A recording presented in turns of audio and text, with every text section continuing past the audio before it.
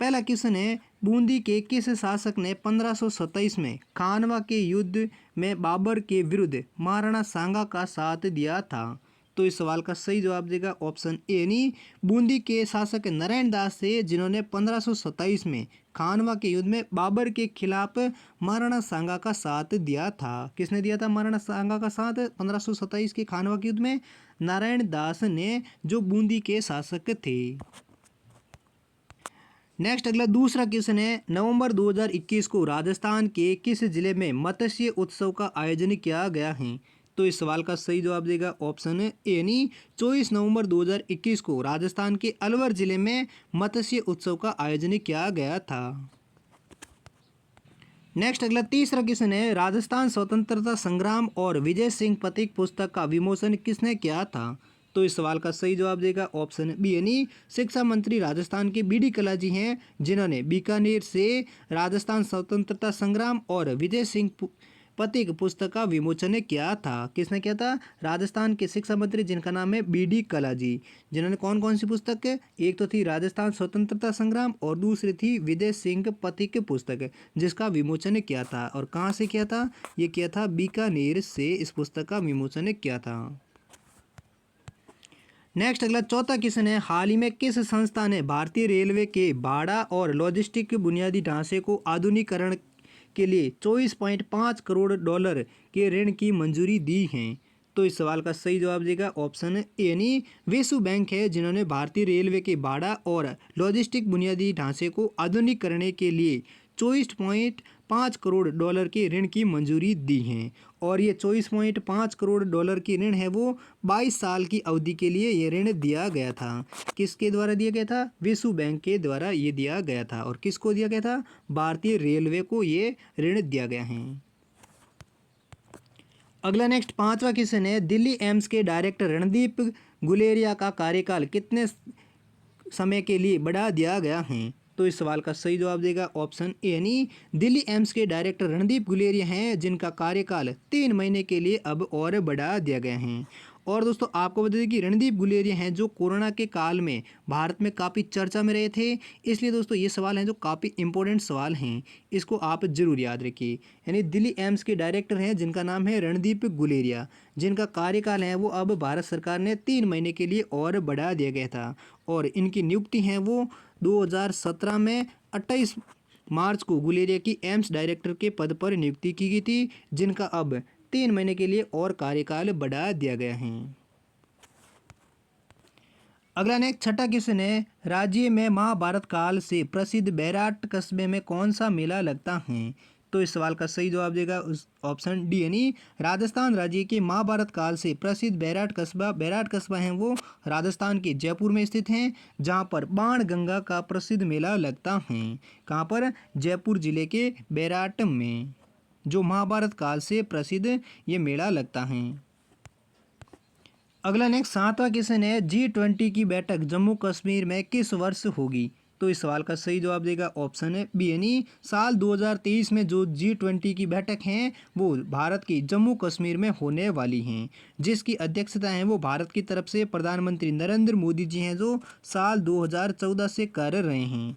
और दोस्तों आपको बता दें कि भारत साल 1999 से यानी G20 की स्थापना के बाद भारत G20 का सदस्य हैं। और दोस्तों आपको बता दें कि G20 जिस ग्रुप को G20 कहा जाता है, इसमें यूरोपीय संघ सहित 20 देश हैं वो इसके सदस्य हैं। कितने देश हैं? G20 के सदस्य हैं 20 देश हैं। और 2023 में जम्मू कश्मीर में इसकी बैठक होने वाली हैं। अगला नेक्स्ट आठवां क्वेश्चन है, निम्न में से कौन सा एयरपोर्ट अक्षय ऊर्जा से ज़रूरतें पूरी करने वाला देश का पहला हवाई अड्डा बन गया है? तो इस सवाल का सही जवाब देगा ऑप्शन डी यानी देश का इंदिरा गांधी अंतर्राष्ट्रीय हवाई अड्डा है, जो पहला ऐसा हवाई अड्डा है जहां पर अक्षय ऊर्जा से ज़रूरतें पूरी करने वाला पहला हवाई अड्डा बना है। कौन सा हवाई अड्डा या airport? Indira Gandhi international airport. और ये कहाँ पर स्थित है ये आप कमेंट सेक्शन में लिखकर जरूर बताइए। अगला नेक्स्ट 9वां क्वेश्चन है, काली एवं तीस्ता नदियों के बीच हिमालय का कौन सा प्रादेशिक विभाग स्थित है? तो इस सवाल का सही जवाब देगा ऑप्शन ए यानी काली एवं तीस्ता नदियों के बीच हिमालय का नेपाल हिमालय प्रादेशिक विभाग स्थित है। कौन सा? नेपाल हिमालय का प्रादेशिक विभाग के पर स्थित है, काली एवं तीस्ता नदियों के बीच। और तीस्ता नदी है जिस नदी को सिक्किम राज्य की और उत्तरी बंगाल की जीवन रेखा भी कहा जाता है। किस नदी को? तीस्ता नदी को। अगला 10वां क्वेश्चन है, निम्न में से किस देश में G7 सम्मेलन 2022 का आयोजन किया गया है? तो इस सवाल का सही जवाब देगा ऑप्शन है बी यानी हाल ही में जर्मनी देश में G7 सम्मेलन 2022 का आयोजन किया गया है। और भारत की तरफ से इसमें भी प्रधानमंत्री नरेंद्र मोदी जी ने भाग लिया था। और ये कब आयोजित किया गया था? ये किया गया था 26 और 27 जून को G7 सम्मेलन को आयोजन किया गया था। और किस देश में? जर्मनी देश में इसको आयोजन किया गया था। नेक्स्ट अगला 11वां क्वेश्चन है, मेवाड़ और मारवाड़ की सीमा पर स्थित दुर्ग कौन से हैं? तो इस सवाल का सही जवाब देगा ऑप्शन है सी यानी कोंबलगढ़ का दुर्ग है जो मेवाड़ और मारवाड़ की सीमा पर स्थित दुर्ग हैं। कौन सा दुर्ग है जो मेवाड़ और मारवाड़ की सीमा पर स्थित है? कोंबलगढ़ का दुर्ग। अगला नेक्स्ट 12वां क्वेश्चन है, निम्न में से कौन सा देश एशियाई साइकिलिंग चैंपियनशिप 2022 में 27 पदक के साथ शीर्ष स्थान पर रहा है? तो इस सवाल का सही जवाब देगा ऑप्शन ए यानी जापान देश है जो देश के एशियाई साइकिलिंग चैंपियनशिप 2022 में 27 पदक के साथ शीर्ष स्थान पर रहा था। कौन सा देश? जापान देश। जबकि भारत देश है जिसमें एशियाई साइकिलिंग चैंपियनशिप में कुल 23 पदक जीते थे, जिसमें से 2 स्वर्ण, 6 रजत और 15 कांस्य पदक थे। कुल कितने पदक थे? 23 पदक थे। और ये किसी भारतीय साइकिलिंग दल का सर्वश्रेष्ठ प्रदर्शन था। और एशियाई ट्रैक साइकिलिंग चैंपियनशिप है वो दिल्ली के इंदिरा गांधी इंडोर खेल परिसर में आयोजित किया गया था। नेक्स्ट अगला 13वां क्वेश्चन है, जोधपुर प्रजामंडल की स्थापना कब की गई? तो इस सवाल का सही जवाब देगा ऑप्शन सी यानी साल 1934 में भंवरलाल सरापा की अध्यक्षता में जय नारायण व्यास द्वारा जोधपुर प्रजामंडल की स्थापना की गई थी। कब की गई थी? 1934 में। और किसके द्वारा? वो की गई थी जय नारायण व्यास के द्वारा। और किसकी अध्यक्षता में? भंवरलाल सरापा की अध्यक्षता में। नेक्स्ट अगला क्वेश्चन है 14वां, हाल ही में किसे भारतीय ओलंपिक संघ का कार्यवाहक अध्यक्ष नियुक्त किया गया है? तो इस सवाल का सही जवाब देगा ऑप्शन सी यानी अनिल खन्ना है जिनको हाल ही में भारतीय ओलंपिक संघ का कार्यवाहक अध्यक्ष नियुक्त किया गया है। नेक्स्ट अगला 15वां क्वेश्चन है, भैंसरोड अभ्यारण्य कहाँ स्थित है? तो इस सवाल का सही जवाब देगा ऑप्शन डी यानी भैंसरोड अभ्यारण्य है जो राजस्थान के चित्तौड़गढ़ जिले में स्थित हैं, जो 229 वर्ग किलोमीटर में फैला हुआ एक अभ्यारण्य है। और इस अभ्यारण्य को 1983 में राष्ट्रीय अभ्यारण्य घोषित किया गया था। किस अभ्यारण्य को? भैंसरोड अभ्यारण्य को। और जो कहाँ पर है? राजस्थान के चित्तौड़गढ़ में स्थित हैं। नेक्स्ट अगला 16 क्वेश्चन है, अंतर्राष्ट्रीय मुद्रा कोष यानी IMF का मुख्यालय कहाँ स्थित है? तो इस सवाल का सही जवाब देगा ऑप्शन बी यानी अमेरिका के वाशिंगटन DC में IMF यानी अंतर्राष्ट्रीय मुद्रा कोष का मुख्यालय स्थित है। और अंतर्राष्ट्रीय मुद्रा कोष की जो स्थापना है वो 27 दिसंबर 1945 को 29 देशों के समझौते पर इसकी स्थापना की गई थी। कब? 27 दिसंबर 1945 को। अगला नेक्स्ट 17वां क्वेश्चन है, किस मौलिक अधिकार को 44वें संविधान संशोधन द्वारा हटा दिया गया था? तो इस सवाल का सही जवाब देगा ऑप्शन सी यानी संपत्ति का अधिकार है जो मौलिक अधिकार जिसको 44वें संविधान संशोधन के द्वारा हटा दिया गया है। अगला नेक्स्ट 18वां क्वेश्चन है, राष्ट्रपति पद के चुनाव के लिए निर्वाचक मंडल में कौन कौन शामिल होते हैं? तो इस सवाल का सही जवाब देगा ऑप्शन डी यानी राज्यसभा, लोकसभा, विधानसभा राज्यों की जो निर्वाचित सदस्य हैं वो राष्ट्रपति चुनाव के लिए निर्वाचक मंडल में शामिल होते हैं। दोस्तों ये सवाल काफ़ी इंपॉर्टेंट है क्योंकि हाल ही में राष्ट्रपति के लिए चुनाव होने हैं भारत में, इसलिए ये सवाल आप जरूर याद रखें। यानी राष्ट्रपति चुनाव में कौन कौन शामिल होते हैं? राज्यसभा के सदस्य भी शामिल होते हैं, लोकसभा के सदस्य भी शामिल होते हैं और राज्यों के जो विधानसभा के सदस्य होते हैं वो भी राष्ट्रपति के चुनाव के लिए शामिल होते हैं। उनके द्वारा ही राष्ट्रपति को चुना जाता है, इसीलिए वो राष्ट्रपति बनना चाहता है। नेक्स्ट अगला 19वां क्वेश्चन है, किस टीम ने साल 2021-22 रणजी ट्रॉफी का खिताब जीता है? तो इस सवाल का सही जवाब देगा ऑप्शन ए यानी एमपी यानी मध्य प्रदेश की टीम है जिसने साल 2021 और 22 रणजी ट्रॉफी का खिताब जीता है। रणजी ट्रॉफी है जो क्रिकेट खेल से संबंधित एक ट्रॉफी है जो नेशनल टीमें भिड़ती हैं आपस में, जिसका अब की बार खिताब किसने जीता है? मध्य प्रदेश की टीम ने किस टीम को हराकर 41 बार की विजेता रही रणजी ट्रॉफी की मुंबई टीम को हराकर यह खिताब जीता है और ये 6 विकेट से खिताब इस मध्य प्रदेश की टीम ने जीता है।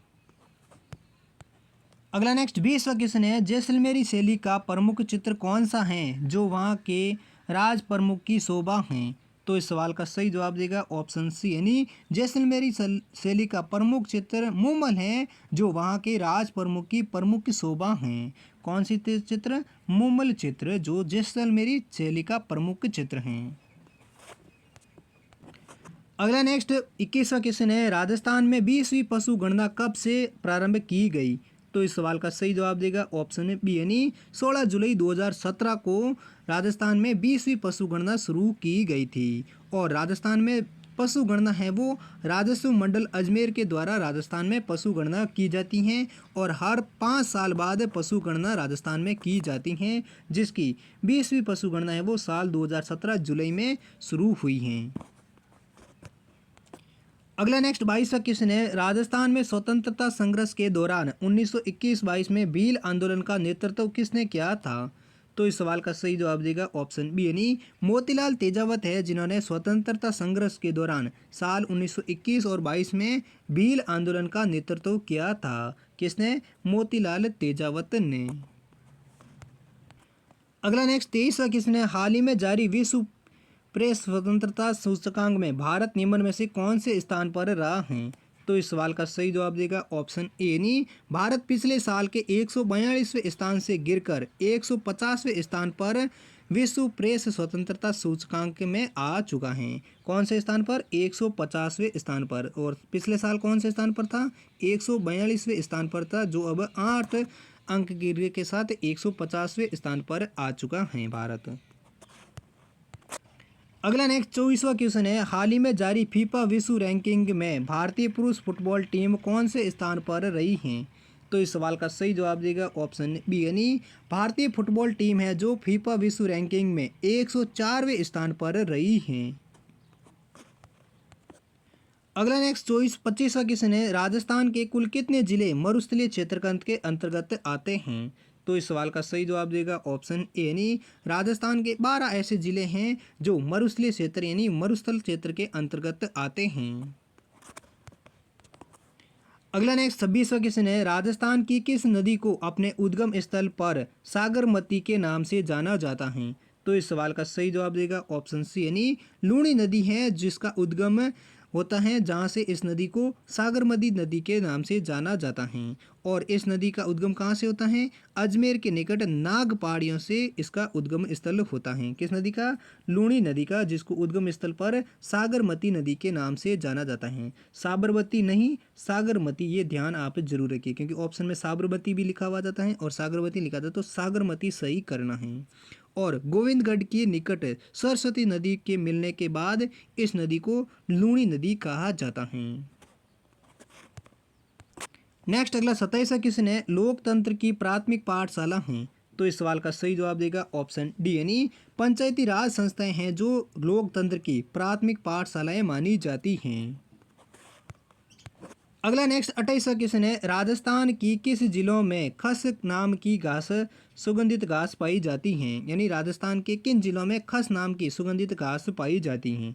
तो इस सवाल का सही जवाब देगा ऑप्शन ए यानी राजस्थान के भरतपुर, टोंक और सवाई माधोपुर जिले में खस नाम की एक सुगंधित घास पाई जाती हैं जिससे इत्र बनाया जाता है। यानी खस बात से क्या बनाया जाता है? इत्र बनाया जाता है, जो राजस्थान के भरतपुर, टोंक और सवाई माधोपुर जिले में ये घास पाई जाती हैं। इसी प्रकार नेक्स्ट अगला 29वां क्वेश्चन है, जनसंख्या की दृष्टि से राजस्थान का सबसे छोटा जिला कौन सा है? तो दोस्तों राजस्थान में जनसंख्या की दृष्टि से सबसे जिला छोटा कौन सा है, इसका जवाब कौन सा है ये आप कमेंट सेक्शन में लिखकर जरूर बताइए। ऑप्शन है जयपुर जिला, हनुमानगढ़ जिला, धौलपुर जिला या जैसलमेर जिला। इन चारों में से कौन सा जिला है वो राजस्थान में जनसंख्या की दृष्टि से सबसे छोटा जिला है, ये आप कमेंट सेक्शन में लिखकर जरूर बताइए। इसी प्रकार अगला दूसरा अंतिम क्वेश्चन है तीसवा, एशिया की सबसे बड़ी मानी जाने वाली जय बाण तोप किस दुर्ग में स्थित हैं। दोस्तों इस सवाल का भी जवाब आप कमेंट सेक्शन में लिखकर जरूर बताइए, क्योंकि ये 2 सवाल अभ्यास के तौर पर थे जिनका जवाब आपको कमेंट सेक्शन में लिखकर बताना है। इसका ऑप्शन है नाहरगढ़ दुर्ग अजमेर में, कुंभलगढ़ दुर्ग, जयगढ़ दुर्ग या मैगजीन दुर्ग। इन चारों ऑप्शन में से कौन सा ऑप्शन सही है जहाँ पर एशिया की सबसे बड़ी तोप जिसका नाम है जय बाण तोप, ये कहाँ पर रखी हुई है, ये आप कमेंट सेक्शन में लिखकर जरूर बताइए। और दोस्तों इन सभी क्वेश्चनों का पीडीएफ है वो आप हमारे टेलीग्राम ग्रुप से डाउनलोड कर सकते हैं, जिसका लिंक आपको हमारी इस वीडियो की डिस्क्रिप्शन में मिल